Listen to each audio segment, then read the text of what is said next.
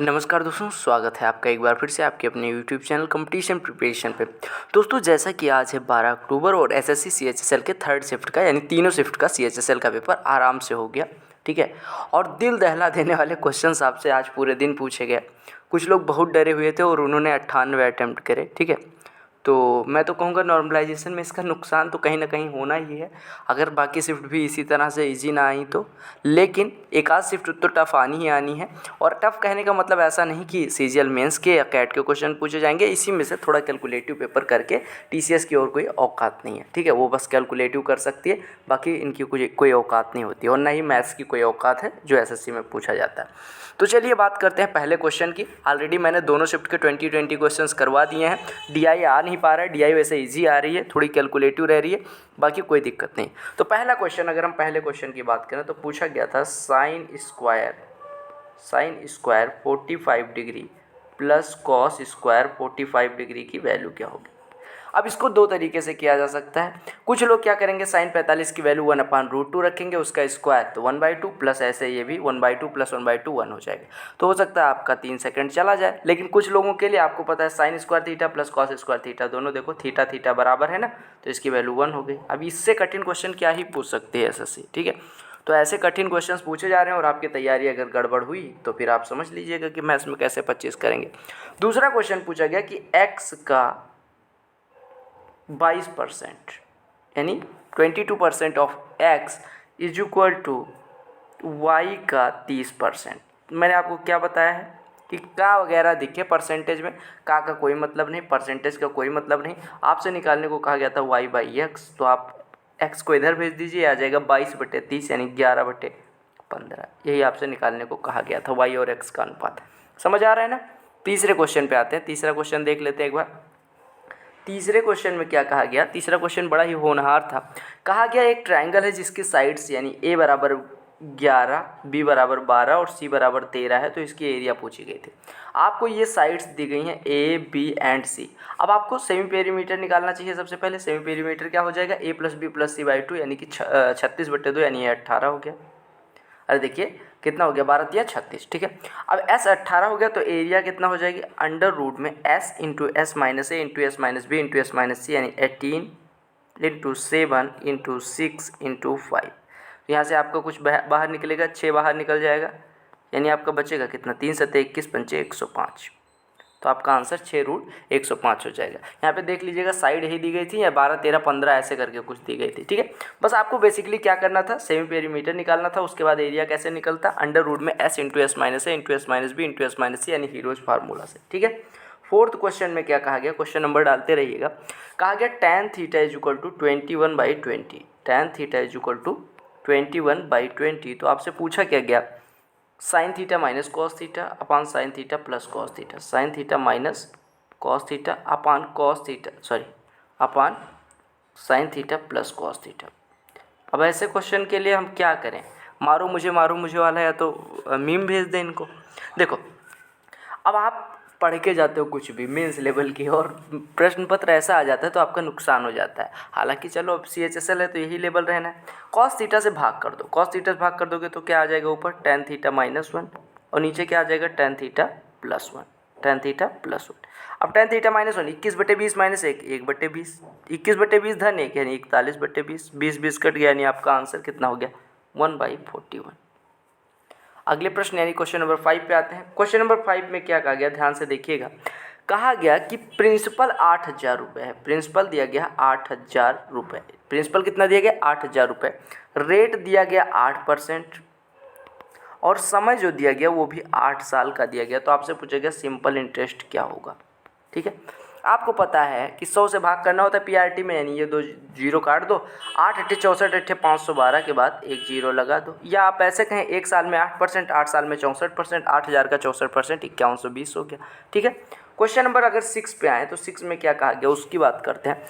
कहा गया था 2x + y = 6, 2x + y = 6, xy = 4। तो आपसे वैल्यू किसकी पूछी गई थी, 8x³ + y³ की, 8x³ + y³ की। ठीक है, अब आपको पता है 2x + y = 6, xy = 4, तो आप 2 ले लीजिए, 2 ले लेंगे तो आपका कितना हो जाएगा, 8x³ + y³ यानी ये सीधे x बराबर y हो गया तो ये सीधे लिखा है 9x³।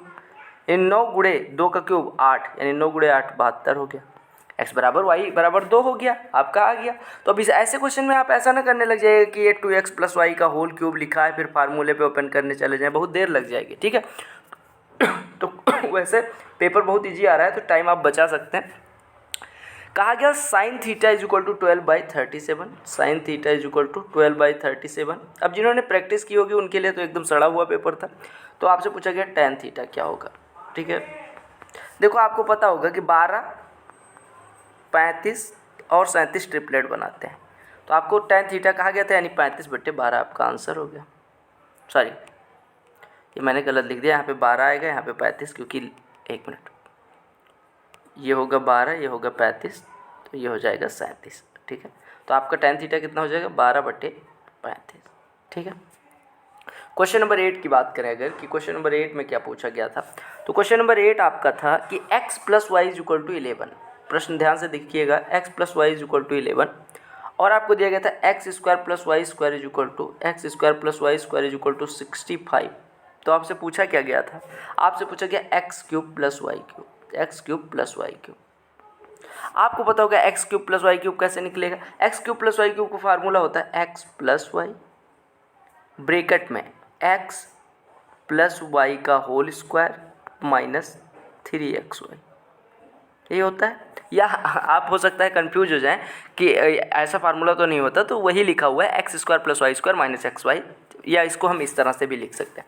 वैल्यू पुट कर दीजिएगा, यानी ये आपका हो जाएगा 11 × 11 का स्क्वायर 121 माइनस 3xy। अब आपके जिम्मे xy की वैल्यू निकालना है। xy की वैल्यू कैसे निकलेगी, इसका स्क्वायर करिए तो हो जाएगा x² + y² यानी 65 + 2xy बराबर 121, यानी अगर इधर लाएंगे तो 2xy = कितना मिल जाएगा 56, ठीक है। यानी xy बराबर 28, तो ये हो जाएगा 11 × 121 माइनस 3 गुणे कितना 28, यानी 28 या 84, तो ये आपका बचेगा 37 × 11, 37 × 11 यानी 11 × 7 = 77, 11 × 3 = 33, 40, 407 आपका आंसर आ जाएगा।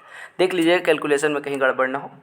क्वेश्चन नंबर 9 देखिए, क्वेश्चन नंबर 9 में कहा गया कि देयर आर 2 कंसेंट्रिक सर्कल्स, यानी कि 2 संकेंद्रीय वृत्त हैं इस प्रकार से।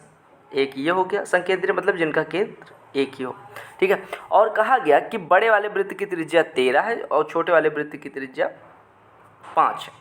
यानी अगर ये सेंटर है तो ये आपको दिया गया है 13 और ये दिया गया है 5, ये 13 दिया गया है और दूसरा वाला 5 दिया गया। तो आपसे कहा गया उस छोटी से छोटी मतलब जीवा की लंबाई क्या होगी, उस मतलब बड़े वाले वृत्त के उस छोटी से छोटी जीवा की लंबाई क्या होगी जो छोटे वाले वृत्त के लिए स्पर्श रेखा। अगर स्पर्श रेखा है तो ये लंब हो जाएगा, लंब हो गया तो इसको 2 बराबर भागों में बांटेगा। अगर ये 13 है, ये 5 है, ये लंब है तो ये 12 हो जाएगा, आधा 12 है तो पूरा कितना हो जाएगा 24। समझ आ गया। क्वेश्चन नंबर 10 पे आते हैं। क्वेश्चन नंबर 10 में क्या कहा गया, एक मिनट में देख ले रहा हूँ। हाँ, कहा गया किसी सर्किल की रेडियस जो दी गई है वो 8 दी गई है। रेडियस कितनी दी गई है 8 दी गई है। तो कहा गया कि इसके 2 पैरेलल टेंजेंट यानी पैरेलल टेंजेंट्स के बीच की लेंथ क्या होगी। आपको ये मैंने कहीं बताया है कि सर अगर कोई सर्किल है और उसकी 2 पैरेलल टेंजेंट्स हैं तो उसकी लंबाई क्या होगी। पैरेलल मतलब इनके बीच का कोण 180 अंश हो। तो आपको पता है कि ये पैरेलल तब होंगी जब क्या करेंगी, पैरेलल कब होंगी जब ये इसके डायमीटर के दोनों छोर पे खींची गई टेंजेंट्स होगी।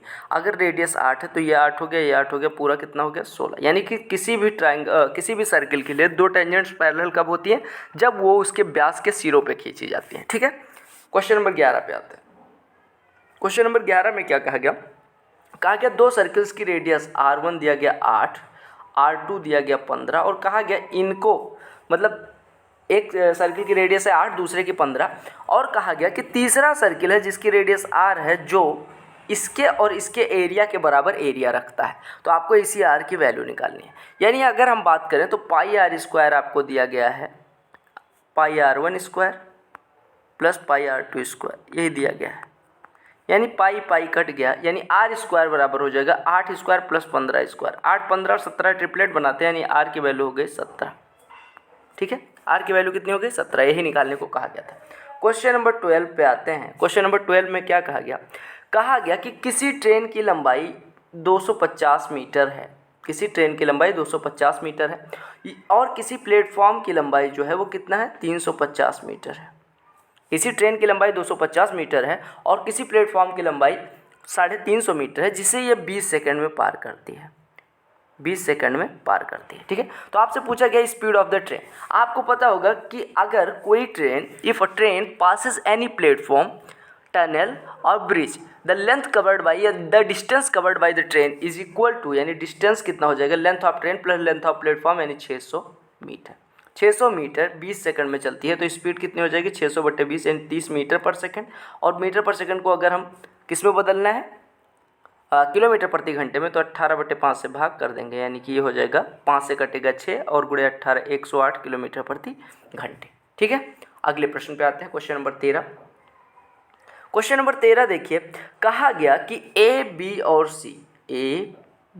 और सी का जो योग है वो 79 है, 79 है। ठीक है, और कहा गया कि ए और बी का जो अनुपात है वो 4:7 है, यानी ए और बी का अनुपात दिया गया 4:7। और कहा गया कि बी और सी का अनुपात 4:5 है, यानी B/C 4:5 है। तो सबसे पहले इसका मिक्स रेशियो निकाल लीजिए और आपसे बी की वैल्यू पूछी गई। तो बी की वैल्यू कैसे निकलेगी, सबसे पहले मिक्स रेशियो निकालिए। मिक्स रेशियो के लिए यहाँ पे सी लिखिए, बी और सी का अनुपात 4:5, यहाँ पे 7 आ गया, यहाँ पे 4 आ गया, यानी ये हो गया 16, 28, 35। ठीक है, 16, 28, 35। अब आप जोड़िए 16, 28 कितना हो गया 44 और 35 79, यानी 79 इनका कुल योग आ रहा है। तो बी का पूछा गया, तो बी का हिस्सा कितना हो जाएगा 28। ठीक है, क्वेश्चन नंबर 14 को देखिएगा, क्वेश्चन नंबर 14। ठीक है, क्वेश्चन नंबर 14 में कहा गया कि एक आदमी 10 दिन में कार्य कर सकता है अगर वो 12 घंटे प्रतिदिन कार्य करे, यानी 12 घंटे प्रतिदिन कार्य करते हुए वो 10 दिन में कर सकता है।